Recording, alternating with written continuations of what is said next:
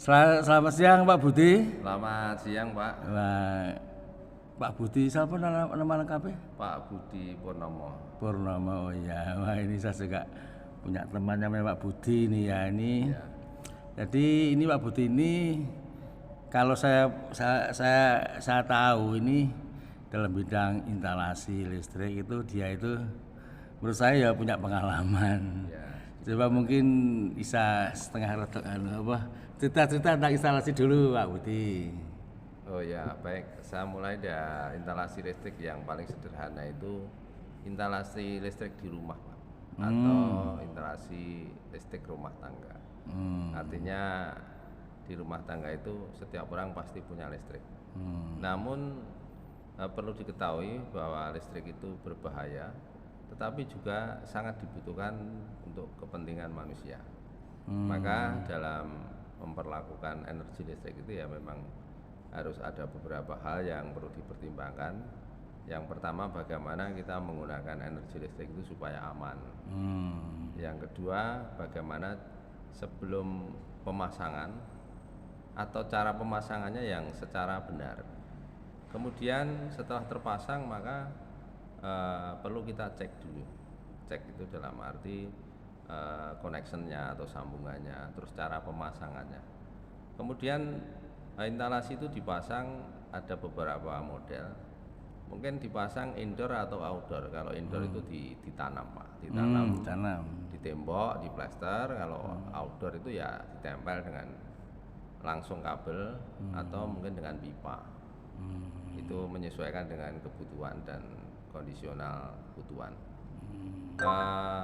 Sering terjadi mungkin kalau troubleshooting tentang instalasi itu biasanya konsleting. Konsleting itu ya.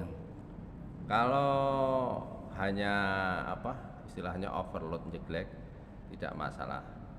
Namun ketika terjadi hal-hal yang tidak diinginkan, mungkin sampai terjadi kebakaran ini yang mungkin tidak diharapkan. Maka dari itu supaya tidak terjadi kebakaran, mungkin beberapa hal yang perlu dipertimbangkan itu ada rumus segitiga api. Segitiga api itu ya mungkin kalau boleh dikatakan ada udara, ada api, kemudian yang satu itu apa ya Pak? Saya lupa. Udah apa-apa, lupa. Yang penting ya. Pemicunya itu ada 3, ada udara, ada api, kemudian yang dipicu. Jadi katakanlah kalau gas itu nggak mungkin terbakar kalau nggak ada api. Tapi kalau ada api, kemudian kalau nggak ada oksigen juga nggak mungkin terbakar.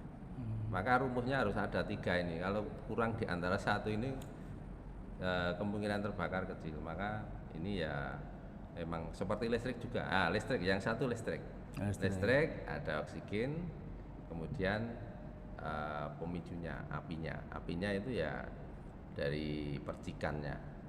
Dia mungkin bisa percikan tuh ada oksigen kemudian menyambar benda itu bisa yang mudah terbakar Pak.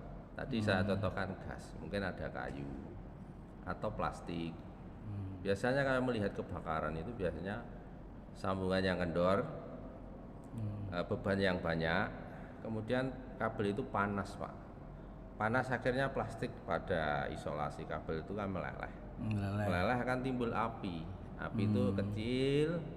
Mungkin yang kecil ini akan menjadi besar kalau ada yang disambar itu mungkin kayu yang mungkin mudah terbakar, triplek atau apa. Maka dari itu proses terjadinya kebakaran dari listrik ya seperti itu. Jadi apinya itu mungkin nggak seperti kalau gas ya besar gitu enggak, mungkin kecil dulu. Tapi kalau kecil itu nanti tidak diantisipasi, ada yang disambar. Mungkin di situ ada gas, ada kayu, ada kertas yang mudah terbakar, ya sudah akhirnya kebakarannya jadi besar. Loh, tapi kan sekarang kabel itu kan tidak serabut, kok masih bisa ya?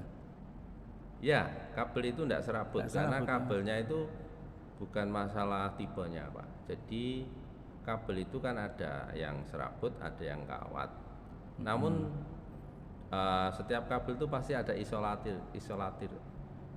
isolasinya. Oh, gitu Jadi ya. isolasi itu kan plastik, pasti plastik gitu. Plastik ya. Dan itu kalau panas pasti meleleh, Pak.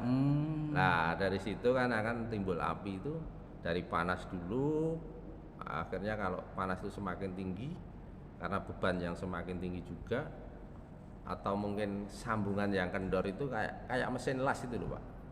Mesin las itu kalau nol dengan positif itu didekatkan, dia akan mercik, timbul percikan. Sama listrik itu kalau dia nggak kenceng, dia ya kayak kembang api itu. Nah, kalau di situ ada apa yang disambar itu seperti kertas atau bahan apa saja yang mudah terbakar, maka ya sudah. Itu yang saya lihat secara apa realita ketika saya mungkin punya pengalaman, loh kabel kok sampai habis kulitnya, kemana ini ya? Akhirnya ya itu tadi, karena panas, beban yang terlalu tinggi sehingga beberapa meter itu hilang kulitnya.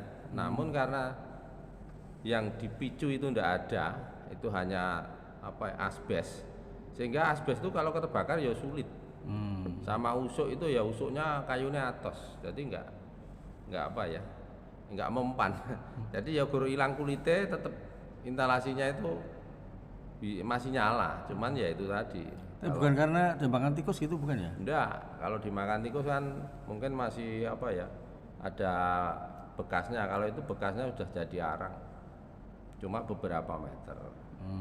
Namun ya karena posisinya yang dibakar itu mungkin pemicunya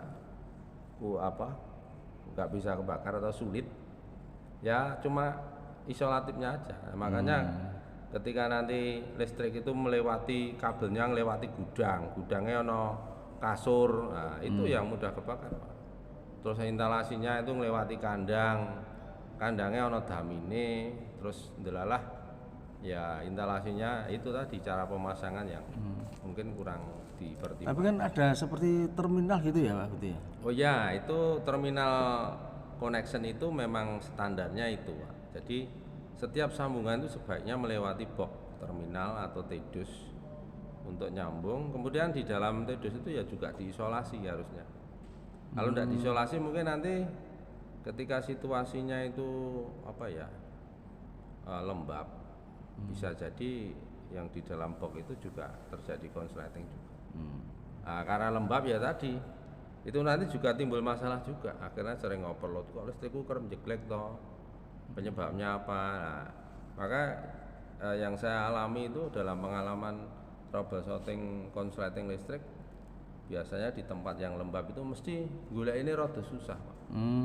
Biasanya itu di kamar mandi, dapur, listriknya ini ndak pirang menit atau pirang jam jeglek. Akhirnya harus dicari satu-satu. Oh, lampu yang ini kita putus dulu. Oh, ternyata setelah ini diputus tidak konslet, Pak. Oh, berarti jalur yang ini perlu diperbarui atau diganti. Karena apalagi yang sudah ditanam di cor-coran, ya wis. Nah ya, terus kalau terjadi seperti itu gimana? Kalau kan ada yang dicor-coran, ada yang tidak. Itu dasarnya piye? Apa bagus yang dicor-coran, apa yang biasa-biasa saja? Tapi kan kalau yang biasa-biasa itu kan enggak indah gitu loh. Ya, kalau yang dicor-coran itu memang satu rapi.